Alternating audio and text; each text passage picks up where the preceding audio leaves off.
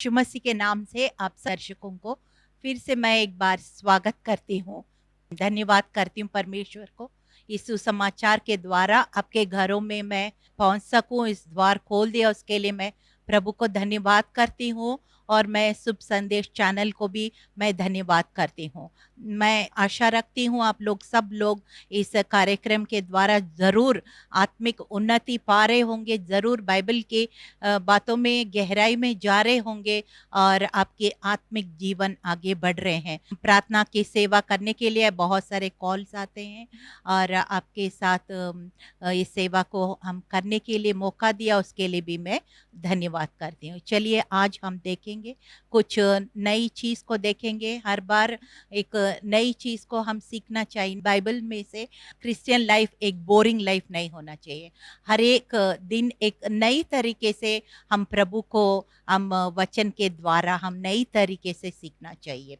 चलिए आज का शीर्षक जो मैंने लिया है ये पहला राजा 20वां अध्याय।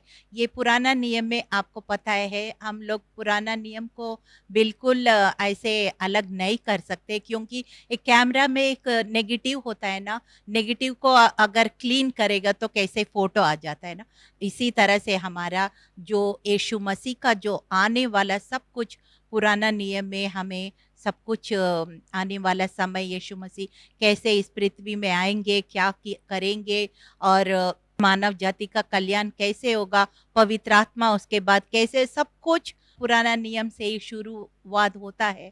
और ये यावे परमेश्वर यीशु मसीह और पवित्र आत्मा ये सब त्रिएक परमेश्वर एक ही परमेश्वर है। इसलिए हम आज मैंने जो लिया है ये बड़ा एक रोमांचक इंटरेस्टिंग एक कहानी है। आपको पता है स्पेशली जो लड़की छोटा सा बच्चे होते हैं तो उनको बॉयज को ज्यादा डुशुम डुशुम ऐसे चीज अच्छा लगता है ना, तो इस तरह से ये जो मैंने लिया है ये अध्याय पूरा एक बैटल्स है, ये युद्ध है। और किस तरह से जैसे दाऊद है और बहुत सारे राजाएं शत्रु देश से जब युद्ध लड़ते थे कि परमेश्वर का जब पूछताछ करते थे तो बड़ी सारी रणनीति परमेश्वर देते थे और कैसे ये लोग उस युद्ध को यीशु मसीह के द्वारा यावे परमेश्वर के द्वारा जीत हासिल किया। और उस कहानी हमें बहुत इंटरेस्टिंग भी लगेगा और उसने जो गलतियां किया है वो हमको नहीं करना। परमेश्वर बाइबल में ये खूबी है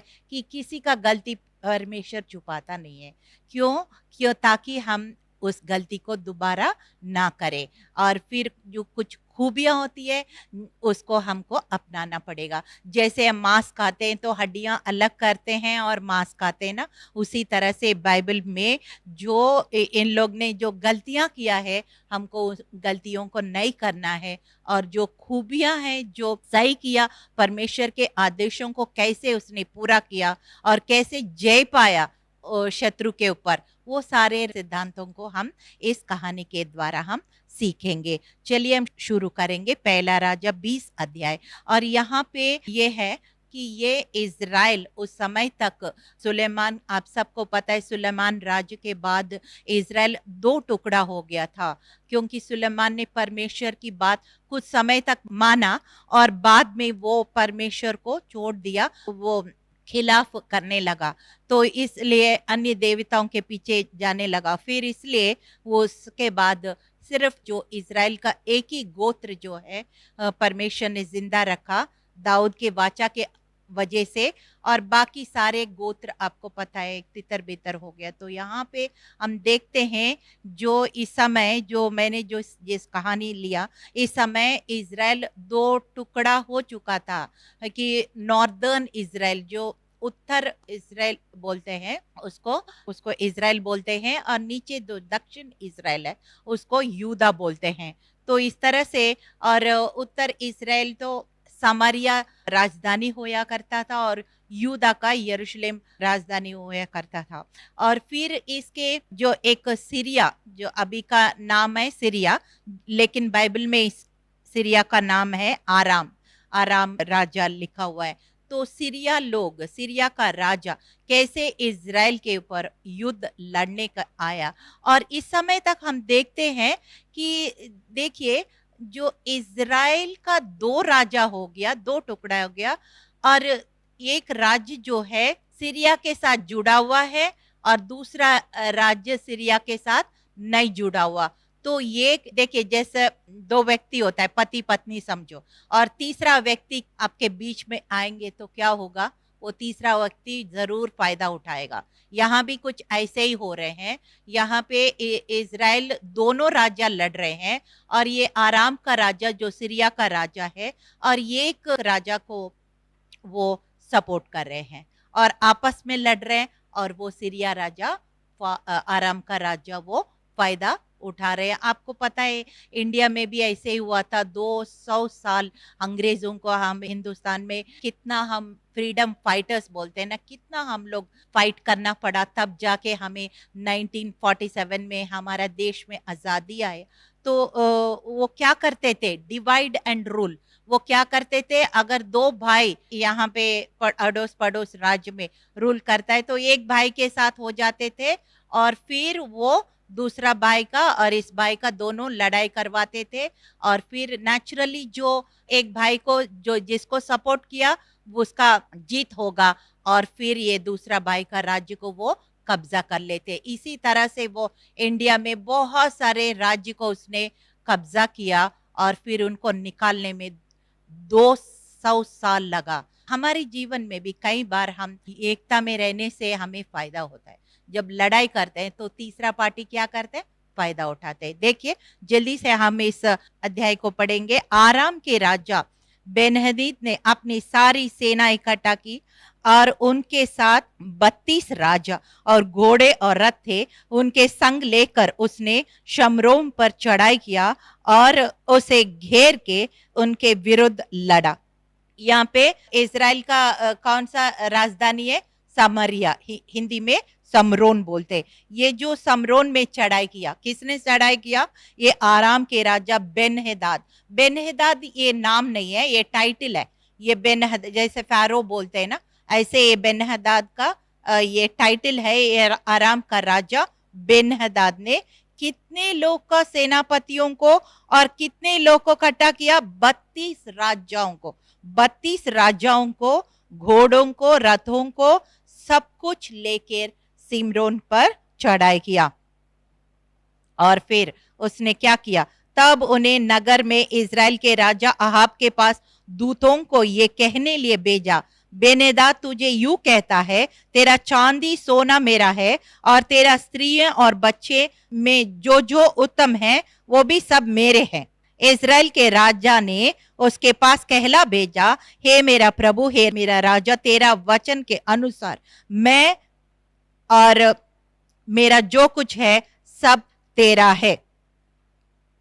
देखिए यहाँ पे क्या होता है, वो सारे रथों को, 32 राजाओं को, घोड़ों को, सब कुछ लेकर वहां पे सिमरन के बाहर खड़ा था, और उसने दूतों को ये कहला भेजा कि कई बार क्या होता है, सीधा युद्ध लड़ने के बजाय वो देखते हैं कहीं ये सरेंडर, मतलब सरेंडर कर दिया तो फिर युद्ध लड़ने का जरूरत नहीं पड़ती है। तो इसलिए उसने दूतों को कहला भेजा, क्या भेजा कि तेरे बच्चे, तेरा स्त्री, तेरा सब कुछ मेरा होगा, क्या तुम्हें मंजूर है, ऐसे करके उसने कहला भेजा।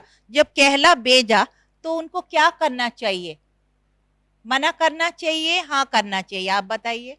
कई बार शत्रु हमें बार्गेन करने के लिए कि आ जाता है, थोड़ा सा जगह दे दो।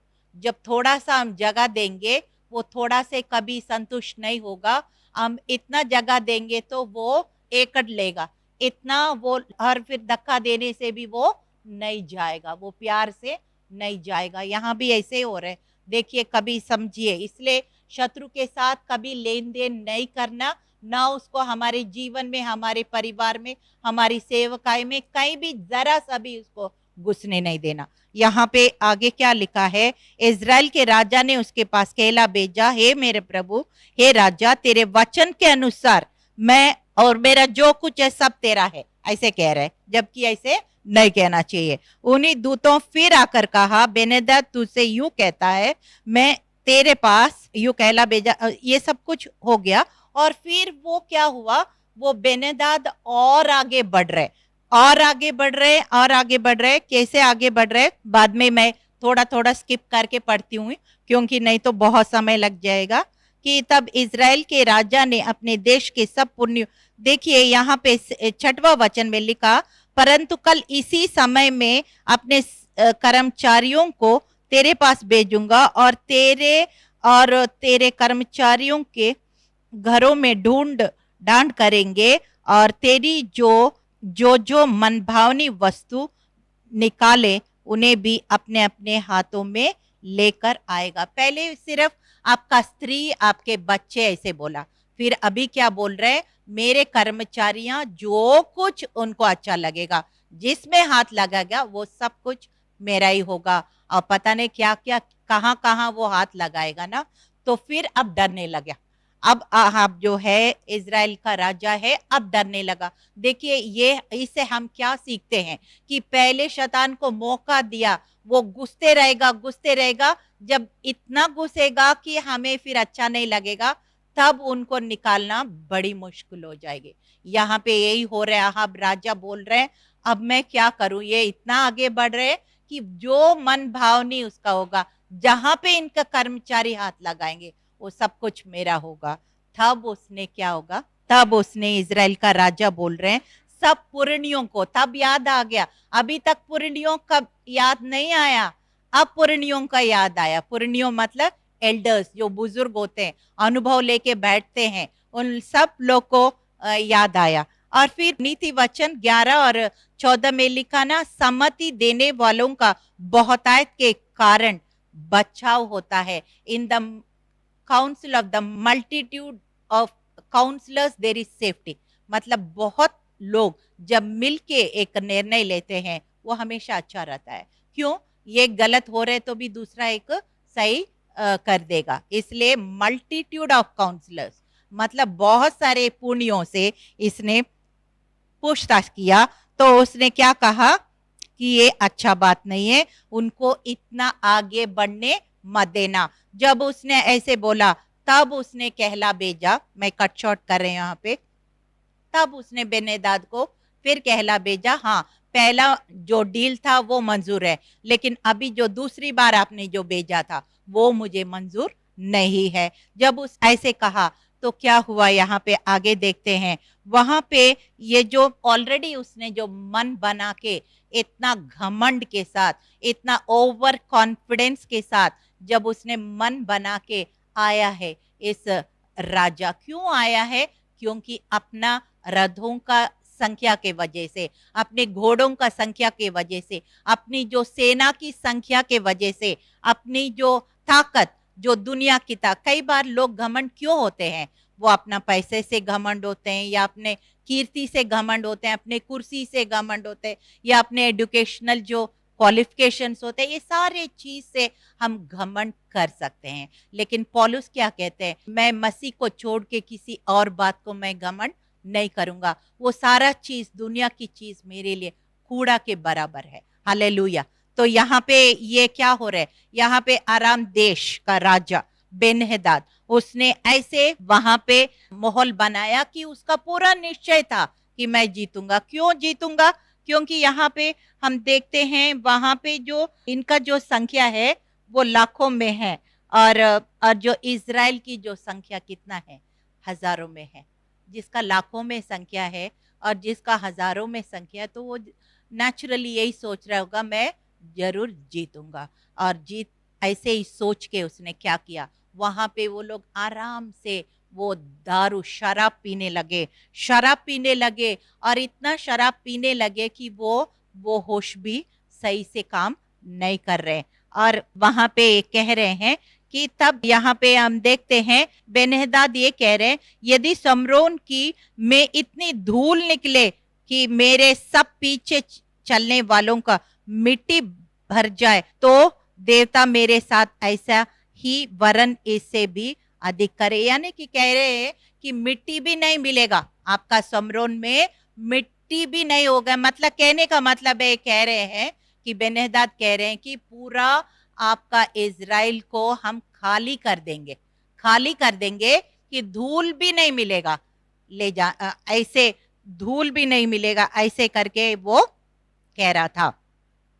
लेकिन हुआ क्या, ये वचन सुनते ही वो जो अन्य राजाओं समेत डेरे में भी वो इज़राइल का राजा लेकिन अब थोड़ा समझने लगा, अब थोड़ा समझने लगा। और ये कह रहे हैं जो युद्ध में जाता है उसको पहले से ही इतना घमंड होना अच्छा नहीं है। जब जीत गया तो ये सब बातें आप बोलो, जीतने से पहले युद्ध शुरुआत हुआ ही नहीं है, ये सब बातें बोलने के लिए अच्छा नहीं है। ऐसे करके वो ये जो इज़राइल का राजा बोल रहे हैं। अब यहाँ पे हम देखते हैं कि ऐसे समय में जब बहुत डरे हुए होंगे इज़राइल राजा, क्योंकि उनके पास इतना सेना नहीं है, इतना राजाएं नहीं है, इतना सब कुछ नहीं है। तो तब अचानक एक काम हुआ, अचानक एक काम हुआ। क्या काम हुआ? एक नबी आया था। हालेलुया। उस समय में आपको पता है पुराना नियम में हमेशा नबियां हुआ करते थे और वो नबियां से जरूर पूछताछ करना होता था। और नए नियम में क्या होता है, इब्रानियों 1 अध्याय में 1 से 4 तक हम पढ़ेंगे। पुराना नियम में परमेश्वर नबियों के द्वारा, भविष्यवक्ताओं के द्वारा बातचीत करते थे, लेकिन नया नियम में यीशु मसीह के द्वारा, वचन के द्वारा, पवित्र आत्मा का सहायता के द्वारा हमें बातचीत करते हैं। हालेलुया। आपके जीवन में मैं यही प्रोत्साहन करना चाहती हूँ। आपको लग रहा है शत्रु बहुत ताकतवर है, अब मैं बहुत कमजोर पड़ गया, अब मैं क्या करूं, कैसे करूं, इस परिस्थिति को कैसे सामना करूं। अचानक जैसे यहाँ भविष्यवक्ता आ गया, वैसे आपके जीवन में पवित्र आत्मा एक वचन, एक प्रॉमिस, एक वायदे देंगे और उसको थामे रहिए और उसको घोषणा करते रहिए और वो वायदा आपके जीवन में पूरा होते आप देखने तक ये आत्मिक लड़ाई लड़ते रहिए। क्योंकि यीशु मसीह ने अगर क्रूस के द्वारा शैतान को जीत लिया तो आप भी निश्चय उस परिस्थिति के ऊपर जय जरूर पाएंगे, क्योंकि यीशु मसीह के द्वारा हम जयवंत से बढ़कर है। यहाँ पे हम देखते हैं ना, अचानक एक नबी आया और यूं कह रहे हैं, यहोवा तुझसे यूं कहता है, ये बड़ी भीड़ को जो तुम देख रहे हो, अब आज मैं तेरे हाथ में कर दूंगा, इससे तू जान लोगे कि मैं यहोवा हूं। मैं बड़ी कट शॉर्ट कर रही हूं। ये अचानक ये एक भविष्यवक्ता जिसका नाम यहाँ पे लिखा नहीं है, वो कह रहे हैं बड़ी भीड़ देख के घबराओ मत, आज तू जान लोगे सच्चा परमेश्वर कौन है। हालेलुया। यही मैं आपको कहना चाहती हूँ। ये बड़ी सारी जो आपके शत्रु के ताकत तो देख के आपको डरना नहीं है, आप जानेंगे जैसे दाऊद और गोलियत, ये आप सबको कहानी पता है, ऐसे ही हम कितना बड़ा हमारा शत्रु क्यों ना हो, जीत आपका ही होगा, क्योंकि Yeshu Masih with Jesus we are majority. Hallelujah.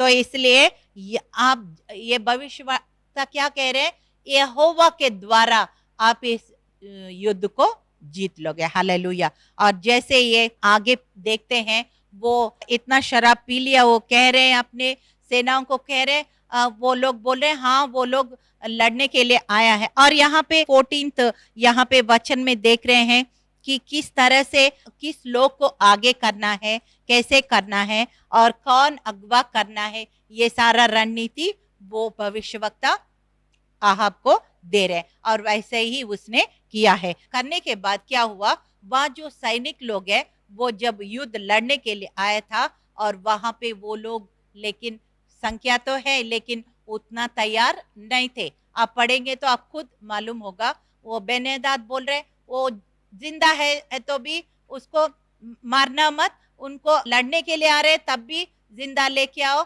लड़ने के लिए नहीं आ रहे तब भी जिंदा लेके आओ, ऐसे ऐसे कह रहे हैं। जबकि ऐसे नहीं होता है, युद्ध में जाएंगे तो वो सबको, जितने लोग को मारना है तो खत्म करना ही होता है।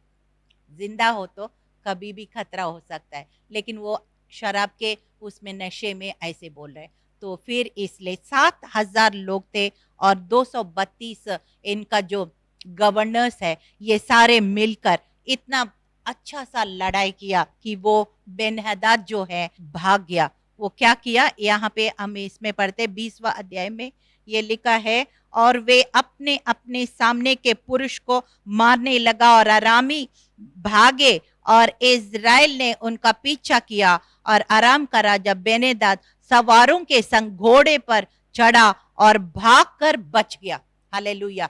तो शत्रु क्या किया, इतना अभी घमंड कर रहे थे, इतना कुछ बोल रहे थे, आपको खाली कर दूंगा, आपका धूल भी नहीं मिलेगा, ये है वो है, बहुत कुछ ओवर कॉन्फिडेंट थे।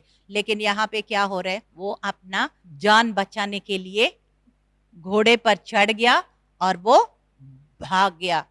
हालेलुया। आज भी ड्यूटरॉनमी व्यवस्था विवरण 28 और 7 में क्या लिखा, शैतान एक दिशा से आएगा, वो 7 दिशा से भागेगा। हालेलुया। आपका कोई भी ऐसे बीमारी, कोई भी ऐसे तंगी, कोई भी ऐसे मुसीबत कलेश आपके सामने आ रहे हैं, आप कहे ये शैतान तू, तेरा औकात नहीं है, तू एक दिशा से आएगा, तू 7 दिशा से भागेगा यीशु के नाम से।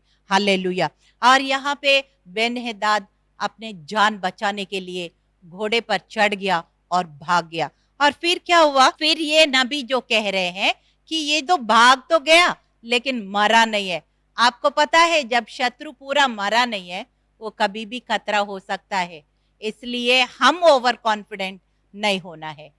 शत्रु ओवर कॉन्फिडेंट हो गया, वो तो हार गया, लेकिन हमको कभी भी वो ओवर कॉन्फिडेंट नहीं होना। यहाँ पे नबी कह रहे हैं ये फिर से आएगा, देख लेना, तैयार होना। और फिर से मैं कट शॉर्ट कर रही हूँ, फिर से कैसे आ रहे पता है आपको, ये कह रहे हैं ये हम लोग सिमरोन का पहाड़ में हमने युद्ध किया है। आपको पता है एलिया भी पहाड़ में स्वर्ग से आग निकाला, तो ये लोग सोच रहे हैं ये इनका भगवान जो है पहाड़ों का भगवान है। इस बार हम ऐसे करेंगे, बिल्कुल समतल मैदान में हम लड़ाई करेंगे और फिर हम जरूर जीतेंगे करके, फिर उसने दूसरा सीजन पूरा फिर सेना को तैयार करके इकट्ठा करके फिर उसने इस्राएल के ऊपर चढ़ाई किया। फिर लेकिन क्या हुआ, परमेश्वर नबी के द्वारा कह रहे हैं, और ये परमेश्वर कोई कंपार्टमेंट का परमेश्वर नहीं है, ये पहाड़ों में परमेश्वर है, ये मैदान में परमेश्वर नहीं है, ऐसे नहीं है,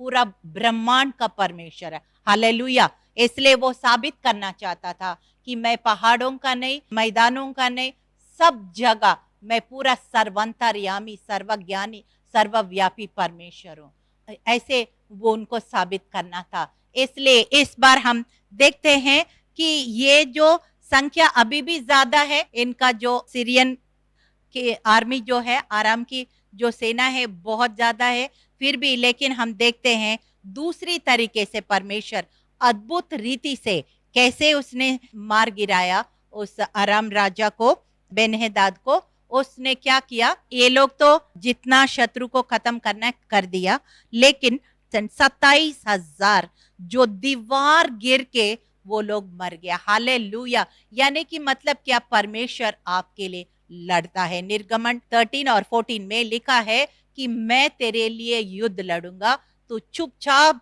होके तुम देखोगे कि ये जो मिस्री देश का जो ये मिस्री तुम देख रहे हैं वो दोबारा तुम नहीं देखोगे। हालेलुया। ऐसे यहाँ पे क्या, संख्या तो बड़ा था, लेकिन जितना ये मार सकते थे इजरायली लोग उतने मार दिया, बाकी परमेश्वर ने मार दिया। हालेलुया। तो ये कदम आप उठाएंगे तो 9 कदम परमेश्वर आपके लिए उठाएंगे, आपके लिए युद्ध लड़ेंगे। और तभी वहां पे एक दीवार गिरी उनके ऊपर और 27,000 सेना वैसे की वैसे मर गया।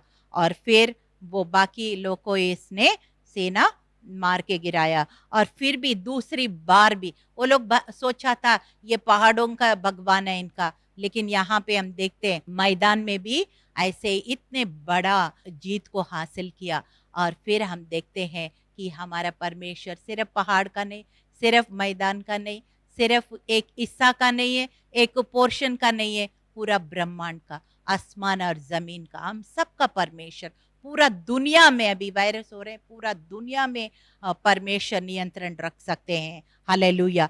तो यहाँ पे हम देखते हैं तीसरी बार क्या हुआ कि जब उसने दूसरी बार भी हार गया, फिर वो बार्गेनिंग मोड में आ गया, यानी कि मतलब ये सोच रहे हैं कि हम लोग इसको ऐसे नहीं जीत सकते हैं तो ऐसे जीतेंगे, ऐसे करके फिर उसको लेन देन शुरू किया, लोगों को बेच के। उनका मूड देखो, फिर उसने जब बोला कि अहाब को बल्कि उनके शत्रु के साथ कभी बार्गेनिंग नहीं करना था। उनको पता है सॉल के टाइम में भी परमेश्वर बोल रहे हैं वो शत्रु को पूरा खत्म करो, उसको जिंदा मत लाओ। और लेकिन यहाँ पे उसने क्या किया, उसके साथ लेन देन करके और फिर उसको जिंदा छोड़ दिया, बल्कि उसने अपने रथ में उनको बिठा के वो जो ऐसे ट्रीटी वाचा बांध के उनके साथ उसको बेच दिया, लेन देन करके कुछ लालच के वजह से। परमेश्वर इससे प्रसन्न नहीं था। अभी हम एक आखिरी वचन में पढ़ती हूँ कि कैसे वो नबी के द्वारा परमेश्वर ने फिर से बात किया। तब उसने राजा से कहा, यहोवा तुझसे यूं कहता है, इसलिए कि तूने अपने हाथ से ऐसे एक मनुष्य को जाने दिया जिसे मैं सत्यानाश हो जाने को ठहराया था, तुझे उसने प्राण के बदले अपना प्राण और उसकी प्रजा के बदले अपनी प्रजा देनी पड़ेगी। शत्रु को प्राण छोड़ दिया तो क्या हो जाएगा, वो उसको नहीं मारेगा तो वो तुम्हें मारेगा, उनका प्रजा को नहीं मारेगा तो और उनका प्रजा इनकी प्रजा को मारेगा। शत्रु के ऊपर दया नहीं करना, शैतान के ऊपर दया नहीं करना परमेश्वर नहीं चाहते। तभी अहाब ने उसको इतना अच्छा मौका को गवा दिया। और फिर 3 साल के बाद आगे देखते हैं, फिर आराम राजा वो दोबारा आके अहाब को हम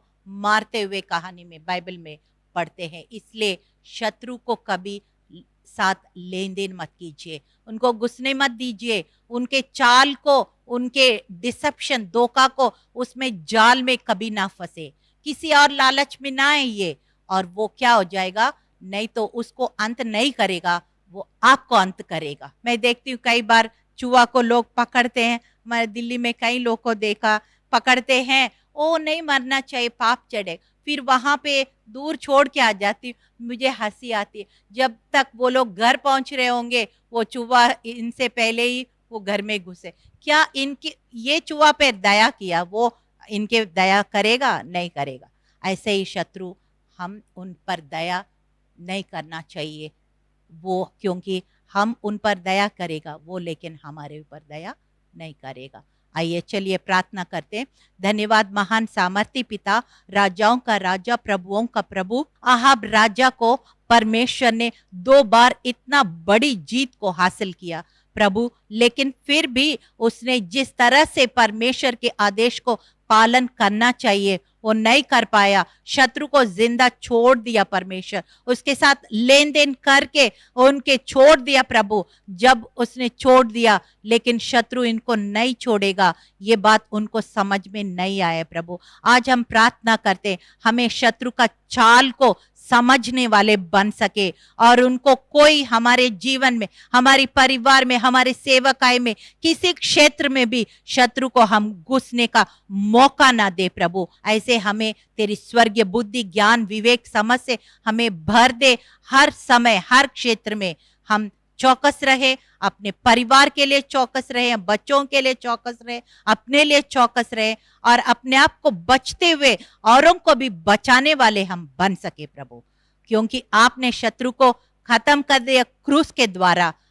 तेरे द्वारा हम भी शत्रु के ऊपर जय पा सकते हैं, हम जयवंत से बढ़कर। धन्यवाद करते हैं, ये प्रार्थना हमारी आपने सुन लिया, उत्तर दे दिया। सारा आदर सारी महिमा आपको देते हैं प्रभु यीशु मसीह के जीवित और सामर्थी नाम से इस प्रार्थना का मांगते, सुनिए, ग्रहण कीजिए। आमीन आमीन।